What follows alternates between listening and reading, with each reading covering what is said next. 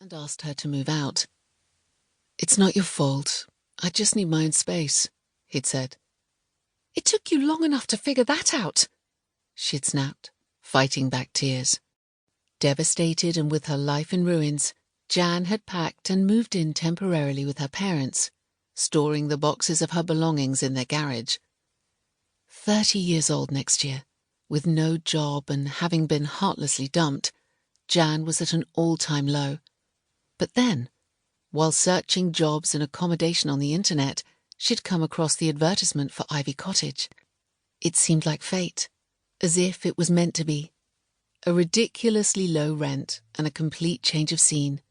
It would give her time to recharge her batteries and think about what she wanted to do next and with the rest of her life. She might even find the inspiration to start that book she'd been meaning to write. "Are you sure it's what you want?" her mother had asked anxiously as she told her of her plans.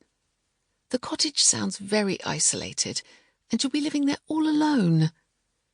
"I'm sure, and I'll have the dog to keep me company," Jan had replied with a reassuring smile. But it was at moments like this when she had doubts and thought her mother may have been right. Living on the edge of Coleshaw Woods was very different to living on the edge of a town or city.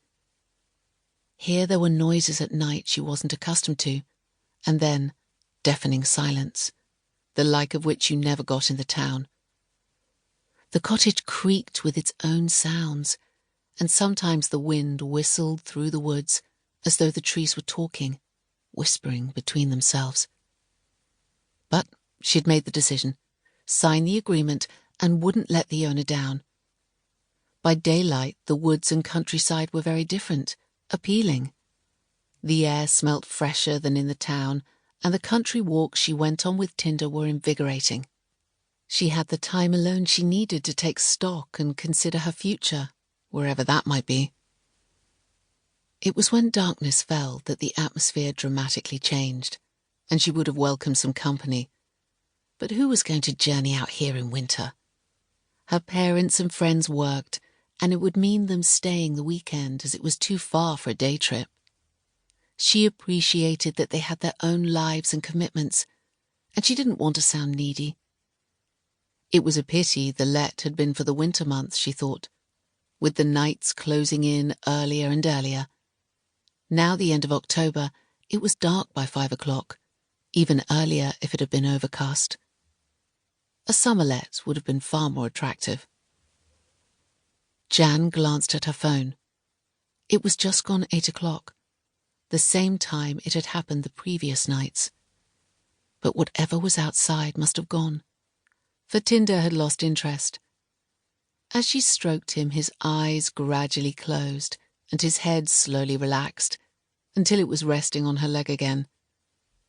She liked Tinder very much, and she'd decided that when she left the cottage in 5 months' time and found a place of her own to live, she'd have a small dog or cat. Or was that a cliché? A singleton and her pet in a flat. Only Tinder's ears remained alert, twitching every so often as if part of him was listening while the rest of his body slept. Jan had noticed this before, that when he was sleeping his ears seemed to stay awake. Was he actually listening, she wondered, or was it instinct left over from evolution, when dogs had been wolves before a line had become domesticated? At a time when his ancestors had been wild and feral, catching prey but also liable to be preyed upon by bigger predators, they'd had to remain alert, even when sleeping if they weren't to be eaten. "Tinder," she said softly, caressing the fur on his neck. A moment passed. Then he was suddenly awake, head up and wide-eyed. Not from her voice, but from whatever was outside again. A chill ran up her spine. It was back, and Tinder's hackles were rising. Her heart began to beat faster. He was staring at the curtain, ready to attack. Without warning, he jumped from her lap onto the back of the sofa and, barking furiously, pawed the curtain to be let out. "Get down," Jan said, picking him up.